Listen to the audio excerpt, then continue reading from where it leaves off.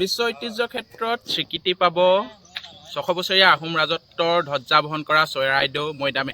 যিহেতু ২১ জুলাইৰ পৰা নতুন দিল্লীত যি বিশ্ব ঐতিহ্য ক্ষেত্ৰৰ ৪৬ সংখ্যক অধিৱেশন আৰম্ভ হৈছে আৰু এই ৪৬ সংখ্যক অধিৱেশনতে চৰাইদেউ মৈদাম ক্ষেত্ৰৰ ডছিয়াৰ প্ৰণয়ন কৰা হৈছে যে ঐতিহ্য ক্ষেত্ৰ হিচাপে চৰাইদেউ মৈদাম ক্ষেত্ৰ অন্তৰ্ভুক্ত হ'ব। আৰু যিহেতু ২১ জুলাইৰ পৰা ইয়াৰ অধিৱেশন আৰম্ভ হৈছে আৰু অধিৱেশন আৰম্ভ হোৱাৰ লগে লগে যিহেতু ২১ জুলাইৰ নিশা অসমৰ মুখ্যমন্ত্ৰী ডক্টৰ হিমন্ত বিশ্ব শৰ্মাই ফেচবুক লাইভ যোগে ইতিমধ্যে ইংগিত প্ৰদান কৰিছে যে বিশ্ব ঐতিহ্য ক্ষেত্ৰত চৰাইদেউৱে স্বীকৃতি পাব। আৰু মোৰ সতীৰ্থ কেমেৰা সাংবাদিকক যি দৃশ্য চৰাইদেউ মৈদাম ক্ষেত্ৰৰ দৃশ্য এয়া দেখাবলৈ অনুৰোধ জনাইছোঁ। এনেদৰে ৬০০ বছৰীয়া আহোম ৰাজত্বৰ ঐতিহ্য বহন কৰা চৰাইদেউ মৈদাম ক্ষেত্ৰৰ দৃশ্য হৈছে এয়া। আৰু যিহেতু ভাল খবৰ আহিব বুলি সকলোৱে এতিয়া আশাবাদী, যি ২১ জুলাইৰ পৰা ৩১ জুলাইলৈ ইউনেস্কোৰ যি ৪৬ সংখ্যক অধিৱেশন নতুন দিল্লীত অনুষ্ঠিত হৈছে আৰু এই অধিৱেশন যিহেতু কালিৰ দিনটোত প্ৰধানমন্ত্ৰী নৰেন্দ্ৰ মোদীয়ে উদ্বোধন কৰিছে আৰু ইয়াৰ পাছতে চৰাইদেউক লৈ অধিক আশাবাদী হৈ পৰিছে চৰাইদেউৰ যি স্থানীয় লোক তথা দল সংগঠনৰ লোক। আমি পোনে পোনে তেওঁলোকৰ ওচৰলৈ যাবলৈ চেষ্টা কৰিম। যিহেতু স্থানীয় এজন যুৱক আছে, আমি তেওঁৰ ওচৰলৈ যাব চেষ্টা কৰিম। প্ৰথমে তোমাৰ ওচৰলৈ যাব চেষ্টা কৰিম। ১০ বছৰীয়া এটা পৰিক্ৰমা আৰু শেষত ভাল খবৰ অহাৰ শেষ পৰ্যায়ে পাইছে সেই বুলি ক'ব পাৰি। কি ক'ব বিচাৰিবা? হয়, এইটো আমাৰ চৰাইদেউবাসী তথা অসমবাসীৰ লগতে ভাৰতবাসীৰ বাবে এটা গৌৰৱৰ দিন। যিহেতু চৰাইদেউ মৈদাম ক্ষেত্ৰই ভাৰতবৰ্ষৰ একমাত্ৰ ক্ষেত্ৰ যি এই বছৰ বিশ্ব ঐতিহ্য ক্ষেত্ৰ হিচাপে মনোনীত হ'বলৈ গৈ আছে।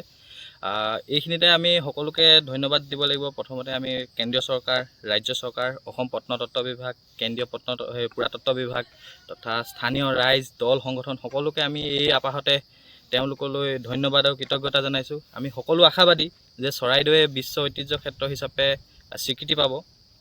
আৰু আমাৰ এই যি চৰাইদেউ মৈদাম বিশ্ব ঐতিহ্য ক্ষেত্ৰ হিচাপে মনোনীত হ'বলৈ গৈছে, ইয়াত অসম চৰকাৰৰ বহুতোখিনি সঁহাৰি আছে। তেওঁলোকে প্ৰথমতে যি চৰাইদেউ মহোৎসৱ আছিল, দুয়োজনা মুখ্যমন্ত্ৰী, প্ৰাক্তন আৰু বৰ্তমানৰ মুখ্যমন্ত্ৰী তেখেতসকল আহিছিল, আহি এটা পুঁজি ধাৰ্য কৰি থৈ গৈছিল আৰু সেই পুঁজিৰ দ্বাৰাই এই আপোনালোকে যি দেখিবলৈ পাইছে চৰাইদেউ এটা নতুন ৰূপ লাভ কৰিবলৈ সক্ষম হ'ল।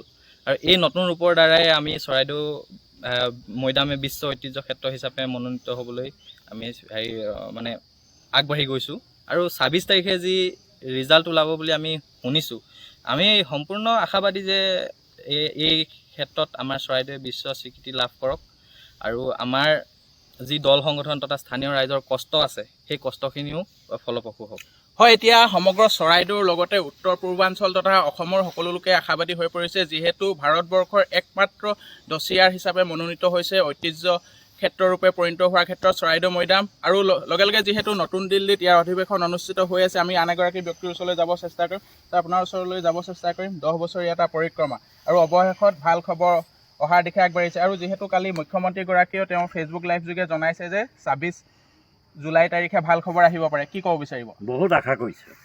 আমি বৰ আগ্ৰহেৰে ৰৈ আছোঁ ২৬ তাৰিখ কেতিয়া আহে।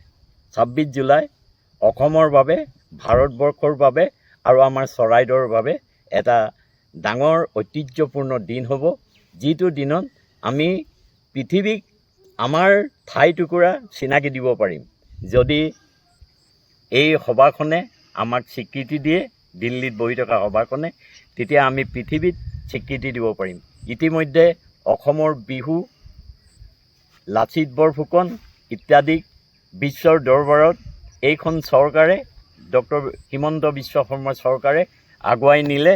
আৰু এইবাৰ নৰেন্দ্ৰ মোদীয়ে এই ক্ষেত্ৰত, আমাৰ চৰাইদেউৰ ক্ষেত্ৰত আগভাগ লৈ অসমৰ মুখ্যমন্ত্ৰীক লগত লৈ যি কামত আগবাঢ়িছে, আমি তেখেতসকলক আশীৰ্বাদ দিছোঁ, ধন্যবাদ জনাইছোঁ, যাতে বিশ্বৰ ঐতিহ্য ক্ষেত্ৰত চৰাইদেউৱে স্বীকৃতি লাভ কৰে আৰু আমাৰ মনৰ আশা পূৰ্ণ কৰে আৰু স্বৰ্গদেউসকলক যাতে আমি খুব আন্তৰিকতাৰে তেওঁলোকক স্মৰণ কৰিব পাৰোঁ, তাকে আশা কৰিছোঁ আৰু গোটেই ৰাইজ ইয়াৰ বাবে ৰৈ আছে।